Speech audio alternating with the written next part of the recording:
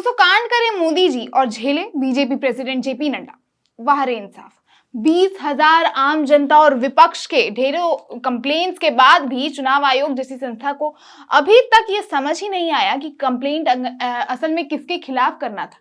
लेकिन चुनाव आयोग को किसी के खिलाफ एक्शन तो लेना ही था। इसीलिए इस बार बलि का बकरा बने जेपी नड्डा, मतलब भाजपा अध्यक्ष। लेकिन मोदी जी को हाथ भी नहीं लगाया जाएगा। लेकिन उसके बावजूद भी नड्डा जी की हिम्मत देखिए दोस्तों, नोटिस के बाद अब वो हिंदू मुसलमान और जोरों शोरों से करने लगे हैं। मानो मोदी और चुनाव आयोग की कोई इंटरनल मीटिंग हुई हो और नड्डा जी को नोटिस जारी करने की बात चली हो, जिसके बाद नड्डा जी ने भी मोदी जी का रूप धर लिया। क्या है पूरा मामला, आपको विस्तार से बताएंगे इस वीडियो में, तो वीडियो को पूरा जरूर देखिएगा दोस्तों। और अगर अभी तक आपने देश नीति को सब्सक्राइब नहीं किया है तो देश नीति को भी जरूर सब्सक्राइब करें, साथ में बगल में बेल आइकन को भी प्रेस कर दें ताकि आपको हमारी अपडेट का फौरन नोटिफिकेशन मिल जाए। नमस्कार, स्वागत है आपका देश नीति में।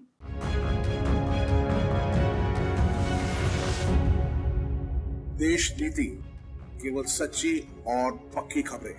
दोस्तों, इतिहास में ऐसा पहली बार हुआ होगा कि 20,000 से ज्यादा आम जनता और ढेरों सारे जो विपक्षियों के कंप्लेंट्स हैं, उसके बाद चुनाव आयोग ने किसी प्रधानमंत्री को नोटिस जारी किया होगा।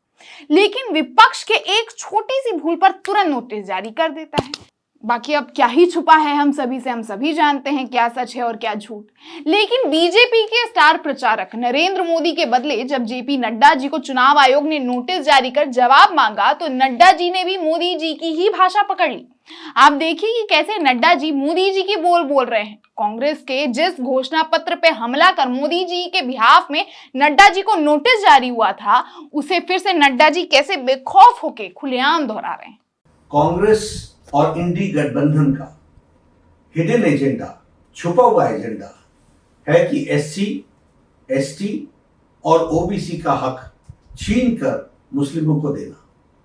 कांग्रेस कहती है कि देश के संसाधनों पर पहला हक मुसलमानों का है, जबकि प्रधानमंत्री श्री नरेंद्र मोदी जी कहते हैं कि देश के संसाधनों पर पहला हक गरीबों का है।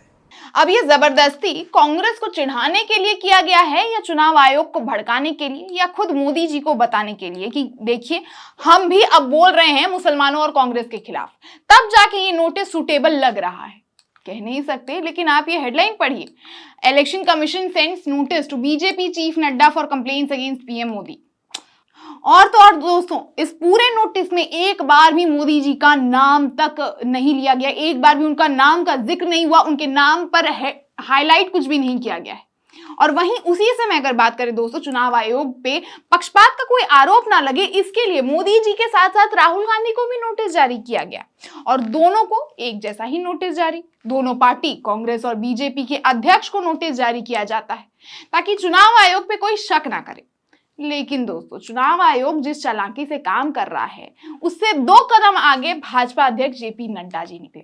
जहां 29 अप्रैल को जेपी नड्डा जी को मोदी जी के हिंदू मुसलमान पर और कांग्रेस पर जो है झूठे आरोप लगने पर उनको जवाब देना था, वहीं वो अब अपने लिए ही एक नया नोटिस जारी करने के फिराक में लग रहे हैं। राजस्थान के बंसवाड़ा में मोदी जी के भाषण पे देश भर के लोगों में से 20,000 लोगों ने मोदी जी के खिलाफ चुनाव आयोग को कंप्लेंट किया।